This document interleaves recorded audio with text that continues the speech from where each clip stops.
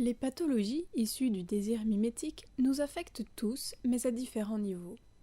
Prenons le cas du snob, qui, pour René Girard, est le prototype du copieur.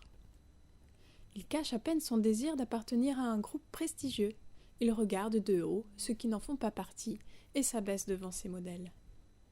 Nous le trouvons ridicule car en fait, il révèle qu'il se juge lui-même inférieur, comme ceux qu'il méprise. Mais le snob, en copiant ses modèles jusqu'à la caricature, n'est-il pas aussi une caricature de nous-mêmes ? Voilà le paradoxe.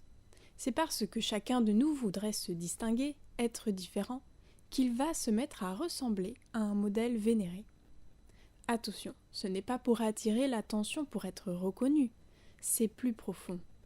Nous souffrons inconsciemment d'un manque d'être. Nous voudrions avoir la personnalité de nos modèles. Prenons l'exemple des réseaux sociaux.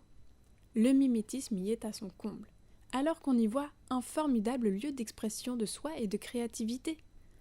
Les modèles, ce sont les influenceurs, eux-mêmes souvent utilisés par le système des marques.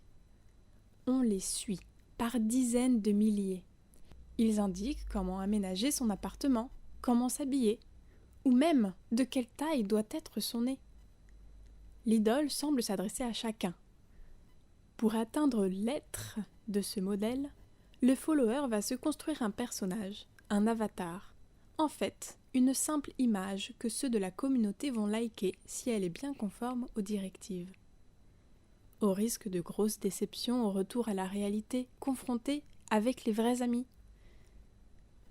Les abus du recours à la chirurgie esthétique sont l'exemple même de la dépossession de soi, à laquelle conduit le désir mimétique. La dépossession de soi est précisément ce qui arrive à tout individu pris dans une foule. Il a perdu jusqu'à son individualité. Il est devenu la goutte d'eau dans l'océan. Insidieusement, le mimétisme, qui peut être positif dans le processus d'éducation, peut donc aussi engendrer ce que Girard nomme l'indifférenciation, la perte de toutes les différences. Nous allons voir maintenant que c'est un risque mortel pour la société. Pourquoi ? Suite au prochain épisode.